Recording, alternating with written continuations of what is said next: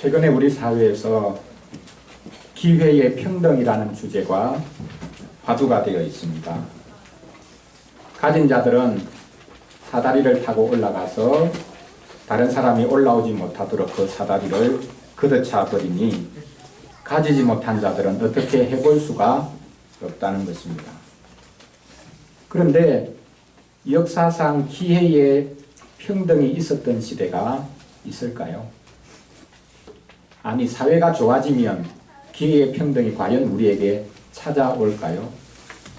가면 갈수록 기회의 평등은 우리로부터 멀어질 것입니다. 점점 더 사라져 갈 것입니다. 오늘 말씀해 보면 교회 안에서도 가진 자와 가지지 못한 자가 나누어져 있는 현실을 말하고 있습니다. 교회 안에서도 계급으로 나뉘어져 있는 사람들이 함께 있다는 것이죠. 교회 안에서도 가진 것으로 인해서 서로 자랑하며 살아갑니다. 교회 안에서도 금수저와 흙수저가 같이 있는데 어떻게 해야 하겠습니까? 오늘 야고보서 1장 말씀을 가지고 우리는 서로의 차이에도 불구하고 한 형제인 것을 기뻐해야 한다라는 주제로 말씀을 전하려고 합니다. 오늘 말씀을 가지고 세 가지 기쁨, 또 세 가지 자랑을 살펴보려고 합니다. 이 자랑과 이 기쁨은 사실 세 가지가 아니라 한 기쁨, 또 한 자랑의 세 측면이라는 것을 우리가 알 수 있습니다. 첫째로 가난한 자는 높여주시는 것을 기뻐해야 합니다. 둘째는 정반대인데요. 부자는 낮추어 주시는 것을 기뻐해야 합니다. 마지막 세 번째 기쁨은 우리가 차이가 있음에도 불구하고, 차이에도 불구하고 한 형제인 것을, 하나님께서 우리를 하나 되게 해주신 것을 기뻐해야 하겠습니다. 가난한 자는 높여주시고, 부자는, 높은 자는 하나님이 낮추어 주시고, 그렇게 해서 우리를 하나 되게 해주신 것을 우리가 기뻐해야 하겠다라는 말씀입니다. 첫째로 가난한 자를 높여 주신다라고 말씀합니다. 이것을 기뻐하라고 말씀하고 있습니다. 한 교회 안에 가난한 자와 부자가 같이 있습니다. 재산을 내놓아서 똑같이 평균적으로 나누어 가지자라고 하면 되겠습니까? 이것이 초대교회에 실제 일어난 일이라고 착각을 하는 이들이 있는데요. 공산주의가 바로 그것이죠. 공산주의는 빼앗아서 그냥 일괄적으로 나누어 주는데, 초대교회에서는 사도들이 여러분 가진 재산 다 내놓으시오 그렇게 말한 적이 없습니다. 성령께서 임하니까 자발적으로 자기가 가진 소유를 내놓았죠. 다 내놓은 것도 아닙니다.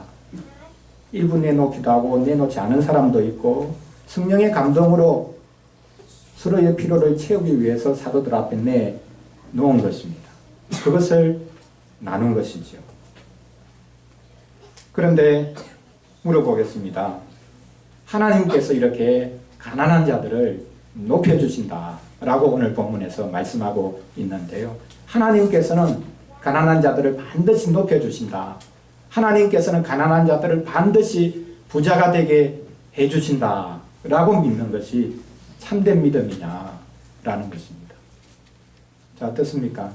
하나님께서는 낮은 자는 반드시 높여주신다. 그래서 역전의 은혜를 베풀어 주신다. 가난한 자들은 언젠가는 반드시 하나님이 부자가 되게 해주신다. 그거 믿고 생활해라. 자, 맞는 말입니까? 그것이 옳은 믿음입니까? 어떻습니까? 자, 맞습니까? 틀렸습니까? 틀렸죠. 낮은 자를 하나님은 반드시 이 세상에서 높여주신다. 때가 되면 반드시 높아진다. 그렇게 해서 하나님께서 말씀하시지 않으셨습니다. 그리고 가난한 자들은 때가 되면 반드시 부자가 된다. 그때까지 기다리라. 이렇게 말씀하지도 않으셨습니다. 믿음이 있어도 평생 가난하게 살 수 있습니다. 믿음이 있어도 평생 낮은 자리에서 생활할 수 있습니다. 하나님이 믿음이 좋으면 열심히 기도하면 반드시 높여주신다. 반드시 부자가 되게 해주신다. 그것은 참된 믿음이 아니라 맹목적인 믿음, 맹신이요 광신이라고 해야 할 것입니다. 그러면 왜 오늘 말씀에서는 하나님께서 낮은 자를 높여주신다. 높여주실 것을 기뻐하라 라고 말씀하고 있습니까? 이 가난한 자들, 교회 안에 있는 가난한 자들입니다. 이들은 이미 부유해진 자들입니다. 앞으로 부유해질 것을 기대하고 살아라는 말이 아니라 너희들은 이미 부유해진 것을 알라고 말씀하고 있는 것입니다. 그러니 기뻐할 수 있는 것이죠. 오늘 우리가 야고보서 1장 말씀을 읽었는데요. 2장으로 넘어가 보면 더 분명하게 말씀하고 있습니다. 야고보서 2장 5절을 보면 이렇게 말씀합니다. 내 사랑하는 형제들아 들을지어다. 하나님이 세상에서 가난한 자들을 택하사 믿음에 부유하게 하시고 또 자기를 사랑하는 자들에게 약속하신 나라를 상속으로 받게 하지 아니하셨느냐. 하나님께서 많은 사람들 가운데 가난한 자들을 부자는 선택하지 않으셨다는 말은 아니고요. 가난한 자들을 선택하셨다. 그래서 교회 안에 가난한 자들이 많다. 사회에서 신분이 낮은 사람들이 많다. 초대교회에는 종들도 있었죠. 노예도 있었죠. 그런 이들이 교회 안에 많이 있다는 것입니다. 그러니까 사회에서 높은 사람들이 주인이 교회에 있으니까 세상적인 관점에서 이 가난한 사람들, 종을 무시하는 일이 벌어지죠. 그런데 교회 안에 있는 가난한 자들은 이미 높아진 자들이다. 이미 부유해진 자들이다. 라고 말씀하고 있습니다. 가난한 자들은 믿음에 부유해졌습니다. 가난한 자들이 하나님의 나라를 상속받았습니다. 이것보다 더 큰 부유함이 어디에 있겠습니까?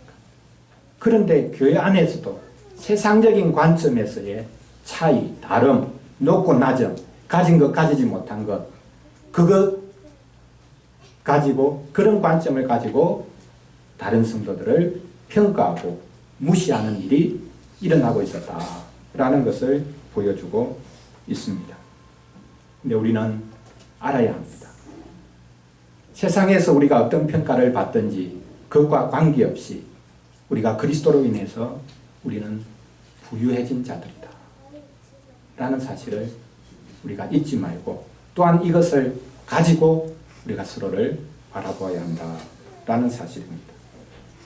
성경 말씀에 보면 이상하게도 메시아를 기다리던 사람들은 메시아께서 낮은 자들을 그리고 억압받는 이들을 높여주신다라는 사실을 믿고 그것을 기다렸다라는 것을 알 수 있습니다.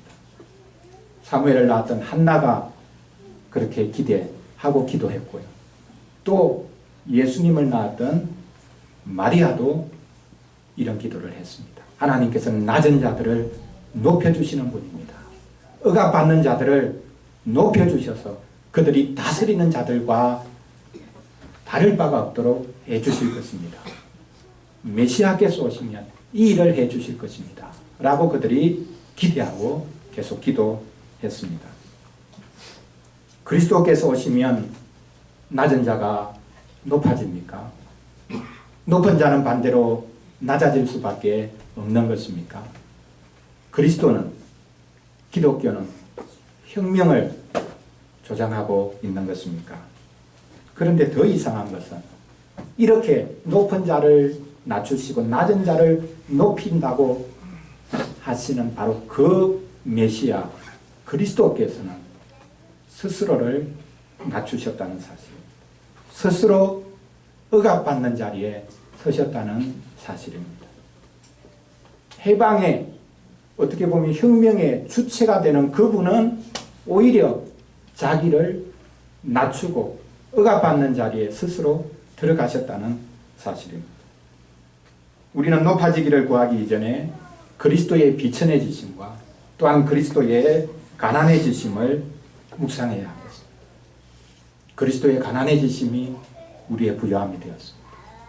그리스도의 친히 낮추어 주심이 우리의 높아짐이 되었습니다.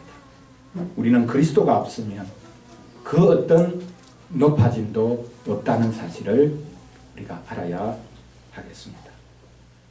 그리스도 때문에 나도 높아질 것이라 그렇게 기대하는 것, 그 기대가 잘못된 것은 아니지만 그리스도 때문에 이미 나의 형편이 어떠하든지 나는 이미 높아진 자다 라는 사실을 우리는 잊지 말아야 할 것입니다.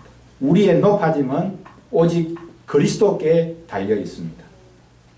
그리스도가 없으면 세상적인 형편이 어떠하든지 관계없이 우리는 초라한 자일 수밖에 없습니다.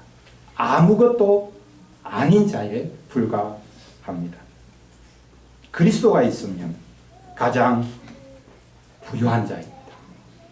그리스도가 없으면 아무것도 아닌 자입니다. 왜 가난한 자들을 향해서 하나님께서 높여주시는 것을 기뻐하라고 말씀하고 있습니까? 여러분 그리스도 때문에 이미 높아졌습니다.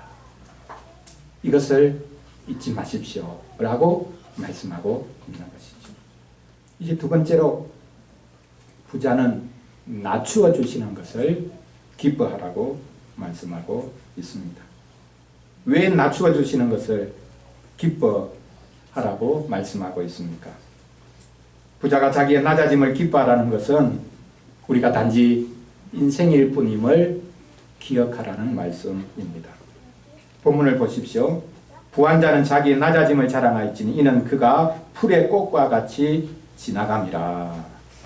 사람이 자랑하는 모든 것, 자기의 모든 돈과 재물, 부유함, 그 모든 것은 풀의 꽃과 같다라고 말씀하고 있습니다. 금방 시들고 사라진다는 말씀입니다. 허무하다는 말씀입니다. 재물을 추구하는 것, 돈을 추구하는 것, 아니 모든 자랑거리를 추구하는 것, 그것은 얼마나 허무한 것인지 모른다라고 말씀하고 있습니다. 잠시 왔다가 사라지는 것입니다. 물질적인 부유함을 자랑하는 것, 그것이 자본주의를 유지하고 있고 앞으로도 자본주의가 마지막 주의가 될 수밖에 없을 것인데, 그러나 그것은 사라진다는 것을 모르는 것이다 라고 말씀하고 있습니다. 지혜로운 사람은 사라지는 것, 일시적인 것을 자랑거리로 삼지 않습니다. 영구히 자기 것이 될 수 있는 것이 무엇일까? 이것을 찾고 추구하는 것이 지혜로운 삶일 것입니다.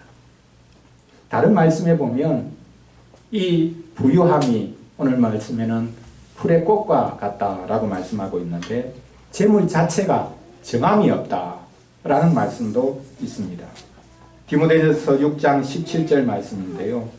내가 이 세대에서 부한 자들을 명하여 마음을 높이지 말고 정함이 없는 재물에 소망을 두지 말고 오직 우리에게 모든 것을 후히 주사 누리게 하시는 하나님께 두며, 정함이 없는 재물에 마음을 두지 말라. 정함이 있는 것에 마음을 둬야 된다. 그러면 정함이 없는 것, 정함이 있는 것, 어떤 것이 정함이 없다고 했습니까? 재물은 정함이 없다. 그러면 정함이 있는 것은 뭡니까? 정함이 있는 것은 여기 말씀하고 있듯이 하나님이시죠. 하나님은 우리에게 후히 주시고 누리게 하시는 분이다. 재물과 하나님이 대조가 되고 있는 것을 볼 수 있습니다.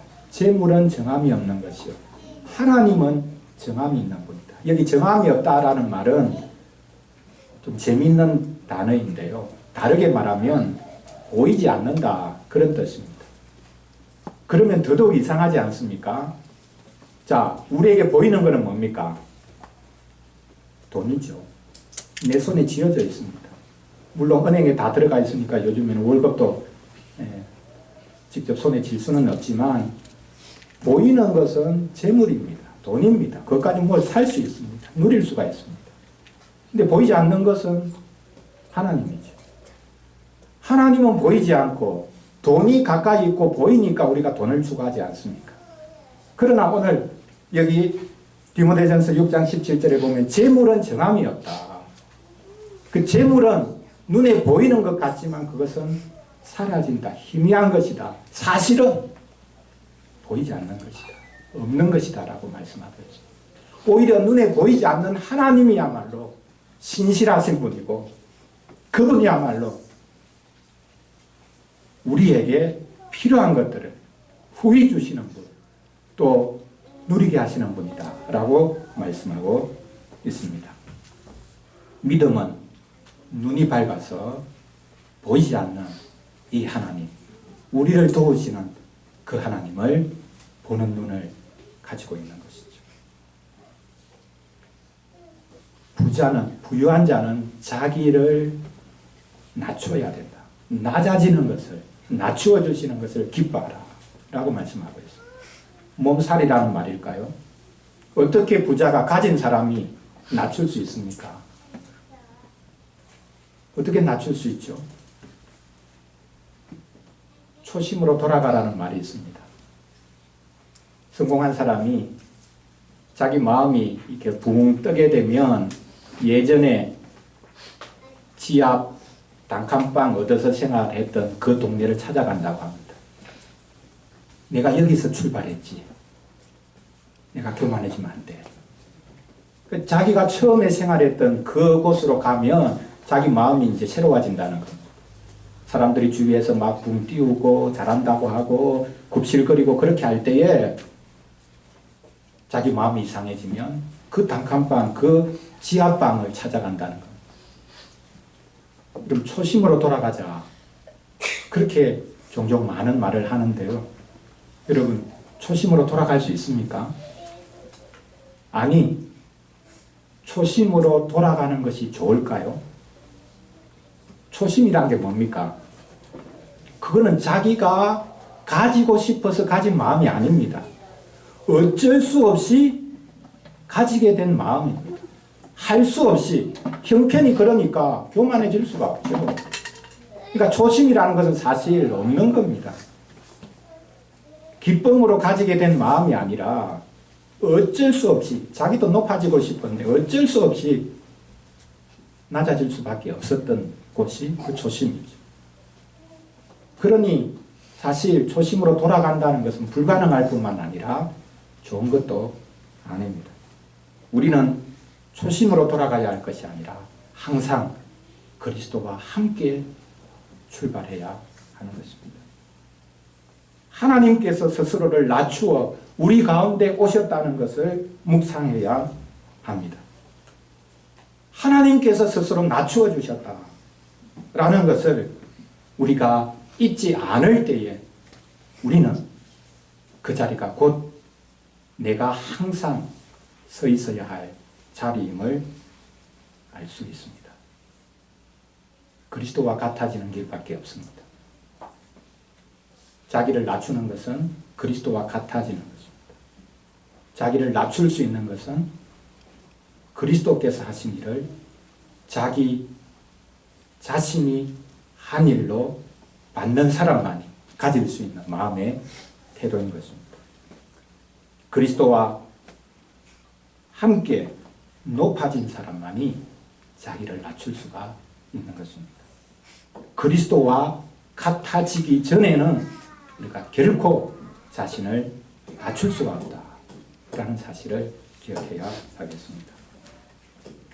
마지막 세 번째는 차이에도 불구하고, 교회 안에 가난한 자도 있고 부한 자도 있었죠. 낮은 자도 있고 높은 자도 있었죠. 교회 안에 차이가 있습니다. 세상의 차이가 고스란히 교회 안에 차이가 되는 것이죠. 그러나 교회는 그 차이에도 불구하고, 우리 성도들은 그 모든 차이에도 불구하고 한 형제임을 기뻐할 수 있습니다. 낮은 형제는 높아지고 높은 형제는 낮아진다는 것은 공평의 문제를 말하는 것이 아닙니다.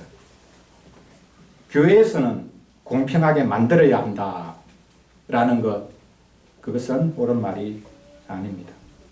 이 말씀은 우리가 한 형제가 되었다라는 사실을 인정하라는 말씀입니다. 차이를 없애라는 말이 아니라 차이에도 불구하고 우리는 하나다. 우리를 하나로 만들어 주셨다라는 것을 인정하라는 말씀입니다. 우리는 서로의 차이에도 불구하고 계급의 차이에도 불구하고 하나가 되었습니다. 진짜 하나냐? 하나가 아니죠. 여전히 우리는 하나를 향해 나아가야 합니다. 이미 하나가 되었지만 여전히 계속해서 하나를 향해 나아가야 합니다. 우리 사회에서 하나 되지 못하게 만드는 것이 무엇입니까? 가장 큰 것이 무엇입니까? 저는 두 가지라고 생각합니다. 하나는 학벌입니다. 둘째는 돈이죠. 부동산입니다. 우리 사회에서 가장 큰 차이, 하나됨을 가로막고 있는 이 두 가지죠. 과연 이것이 현실적으로 존재하는데도 불구하고 하나 될 수 있느냐? 없습니다. 세상에서는 어떤 정책으로도 어떤 좋은 시스템이나 제도를 만든다고 할지라도 이것을 없앨 수가 없습니다. 그러나 우리는 하나 될 수가 있습니다. 이미 한 형제가 되었기 때문에 그리스도께서 우리를 하나로 묶어주셨기 때문입니다. 어떤 교회가 좋은 교회일까요? 생각과 뜻이 맞고 같은 계급의 사람들이 모여서 서로 이익을 추구하고 그래서 아무런 불편이 없고 세상적으로도 더 잘 나갈 수 있는 그런 교인들만 모여서 하나님을 찬양하는 교회가 좋은 교회일까요? 그렇지 않습니다. 그것은 세상의 이익 집단과 다르지 않은 것이죠. 교회 안에서는 다른 사람들이 많아야 합니다. 세대도 다 같이 있어야 돼요. 그리고 사회적으로 소위 말해서 계급이 다양한 사람들이 한 교회 안에 있어야 합니다. 그래서 교회가 불편해야 합니다. 여러분 우리 교회 가면 갈수록 내 편하다, 편해진다. 그럼 교회가 잘못 가고 있다는 뜻이기도 합니다. 교회가 왜 편하지 않냐? 교회가 편해야지. 아닙니다. 여러분 교회가 제일 불편한 곳이 돼야 됩니다. 세상에서는 안 보면 되거든요. 나와 다른 사람 볼 필요가 없는 사람 안 보면 되죠. 속이 편합니다. 그러나 교회에서는 봐야 되죠. 나와 다른 사람, 나의 생각과 다른 사람, 또 좀 속된 말로 표현하면 계층이 나와 다른 사람, 계급이 나와 다른 사람이 있어서 불편한 겁니다.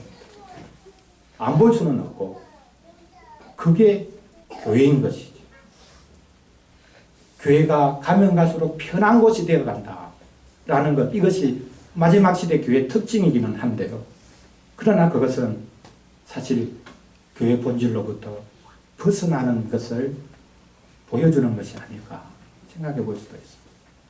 교회가 불편한데 우리가 같이 생활하는 것, 그것이 바로 교회입니다. 오늘 본문에서 가진 자, 가지지 못한 자를 비교하고 있지만 초대교회 상황에서 제일 큰 차이는 무엇이었겠습니까? 사실 우리가 지금 가지고 있는 차이보다 더 심각한 차이가 사실 있었습니다. 그것은 유대인과 이방인의 차이입니다. 기독교인 중에 유대인이 있습니다. 유대인 기독교인이 있습니다. 이방인이 예수님을 믿어서 기독교인이 됐습니다. 이방인 기독교인이 있습니다. 이 두 종류의 사람들이 한 교회 안에 있습니다. 얼마나 불편했겠습니까? 유대인들이 가지고 있는 생각이 뭡니까? 이방인들은 하나님의 멸망을 받아야 하고 심지어는 사람이 아니다고 생각했어요. 개, 돼지보다 못하다고 생각했어요. 그런데 그런 사람들이 한 교회 안에 들어와 있는 겁니다. 이 차이를 극복할 수 있겠습니까? 같은 기독교인이라는 정체성은 있지만 유대인이라는 것, 이방인이라는 것, 이것은 여전히 그대로 있거든요. 그런데 교회 안에서 어떻게 유대인과 이방인이 하나가 될 수 있겠습니까? 십자가로 인해 이 견고한 벽이 무너졌습니다. 에베소서 3장에서 말씀하고 있는 것이 바로 이것인데요. 그는 우리의 화평이신지라 둘로 하나를 만드사 원수된 것 곧 중간에 막힌 담을 자기 육체로 허시고. 여기 원수된 게 뭡니까? 유대인이 이방인을 원수처럼 생각한다는 것. 사람이 아니라고 생각하는 것. 하나님의 원수니까 우리의 원수다. 그 원수된 것을 흠으셨다. 그리스도께서 자기의 육체로 십자가로 그 담을 흠으셨다라고 말씀합니다. 또 허물어져야 되는 게 있죠. 유대인이 자랑하는 것이 있으니까. 법 조문으로 된 계명의 율법을 폐하셨으니. 유대인이 자랑하는 게 율법 아닙니까? 우리는 율법이 있는 사람들이다. 우리는 율법을 지킨다. 그 율법이 유대인과 이방인을 나누고 있습니다. 교회 안에 들어왔는데도 불구하고 우리는 율법을 받은 사람들이다. 너희는 율법 없이 산 사람들이지. 그것이 또 차별의 근거가 되고 벽이 되는 것이죠. 이것을 그리스도께서는 둘로 자기 안에서 한 세 사람을 지어서 화평하게 하셨다라고 말씀하고 있습니다. 가장 실질적인 차이는 계급의 차이죠. 그래서 오늘 본문에도 가진 자, 가지지 못한 자 말하고 있습니다. 한 교회 안에 주인이 있고 종이 있습니다. 둘의 차이를 없애는 것이 기독교적인 것이 아니라 둘이 함께 있는 것이 기독교적인 것입니다. 해결이 안 됩니다. 차이를 없앨 수가 없습니다. 차이가 있음에도 불구하고 그것을 그냥 가장 소극적인 것인지는 모르겠지만 인정하고 그냥 같이 있는 것. 이것이 가장 기독교적인 것입니다. 불편하더라도 함께 있는 것이 교회입니다. 회사 사장과 노조 위원장이 한 교회 안에서 같이 있을 수 있는 것. 이것이 교회의 참다운 모습입니다. 도무지 어울릴 수 없는 사람들이 같이 있는 것. 그것이야말로 교회의 본질인 것입니다. 너무나 다른데 서로를 한 형제로 받았다는 것.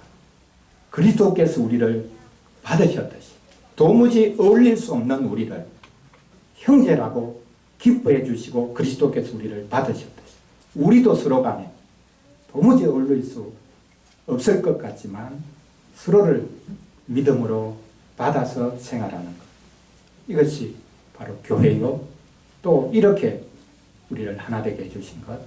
이것을 기뻐하는 것이 올해 추수감사절의 기쁨이 되면 좋겠습니다. 사랑하는 성도 여러분, 오늘 추수감사주일에 여러분은 무엇을 감사하고 있습니까? 올해는 장사가 잘 되고 보너스가 좀 많을 것 같아서 기쁩니까? 올해는 학교 성적이 좋아져서 아파트에도 당첨이 되어서 기쁩니까? 사실 우리의 모든 기쁨과 감사, 자랑은 딱 한 가지입니다. 차이 때문에 기쁜 겁니다. 차이 때문에 감사한 겁니다. 다른 사람과 내가 차이가 있다. 내가 많이 벌었고 또 내가 다른 사람보다 더 잘했고 항상 우리의 감사나 기쁨은 자랑은 차이에서 나옵니다. 굳이 차이를 생각하면서 감사할 수밖에 없다면 우리는 우리가 너무나 다르다는 것을 기뻐해야 하겠습니다. 우리의 형편이 똑같은 것이 아니라 너무나 다르다는 것을 기뻐해야 하겠습니다. 다르다는 것은 불평거리가 아니라 기뻐해야 할 요소입니다. 사실 세상적으로 생각해도 그렇습니다. 여러분, 모든 사람들이 다 똑같다면 재미가 있겠습니까? 모두가 다 똑같다면 싸움하는 재미가 있겠습니까? 달라야 싸움도 하죠. 다른 것이 잘못된 것이 아닐 뿐만 아니라 다른 것이 우리에게는 감사와 기쁨이 되어야 합니다. 너무나 다른 우리가 주 안에서 하나라는 것을 기뻐해야 하겠습니다. 그리스도로 인해 너무나 다른 우리가 영원히 함께할 사람이 되었다는 것 기뻐해야 하겠습니다. 사실 같은 계급 안에서 늘 보는 사람들, 자기의 유익을 취하는 사람들만 노는 것은 사실 그 빈곤한 겁니다. 인간관계도 제한될 뿐만 아니라 다른 사람들을 알고 있다는 것, 그들과 우리가 하나라는 것을 인정하고 그것을 받아들이는 것이야말로 가장 큰 부유함이다 라는 것을 제가 잊지 말아야 되겠습니다. 자, 그러면 어린이를 위한 질문 이 3번 문장 가로를 우리 친구들 채울 수 있을 텐데요. 자, 이 가로 안에 뭐가 들어가겠습니까? 신자는 영원히 함께할 사람들로 인해 뭐가 됐다고요? 하나가 됐고 부자가 됐다. 너무나 다른 우리가 영원히 함께할 수 있으니 세상에서는 같은 사람들끼리만 살다가 그렇게 가거든요. 근데 우리는 너무 다른 사람들하고도 같이 살 수 있고 그들과 영원히 함께 할 수 있게 되었으니 우리만큼 부자가 어디 있냐라는 사실입니다. 이 사실을 기뻐하시기를 바랍니다. 기도하겠습니다. 하나님 아버지, 이 세상은 차이를 줄여보려고 무던히도 애쓰지만 차이는 더 커지고 있습니다. 차이와 함께 차별도 커지고 있습니다. 하나님께서는 아드님을 이 땅에 보내심으로 이 엄청난 차이와 차별을 친히 경험하셨습니다. 아드님의 가난해지심과 아드님의 차별받으심으로 우리를 부유하게 하시고 우리를 높여주심을 감사합니다. 우리가 어떤 형편에 있든지 또 우리 가운데 어떤 차이가 있더라도 우리가 하나임을, 우리가 한 형제 자매임을 알게 해 주시기를 원합니다. 그리스도로 인해 엄청난 차이에도 불구하고 놀라운 하나됨이 이루어진 것을 기뻐하게 하여 주시옵소서. 차이를 극복하려고 애쓰는 것이 아니라 오히려 그것을 기뻐하게 해 주시기를 원합니다. 가장 큰 차이를 경험하시고 차이가 또 차별이 오히려 복이 되게 해주시는 우리 주 예수 그리스도 이름으로 기도합니다.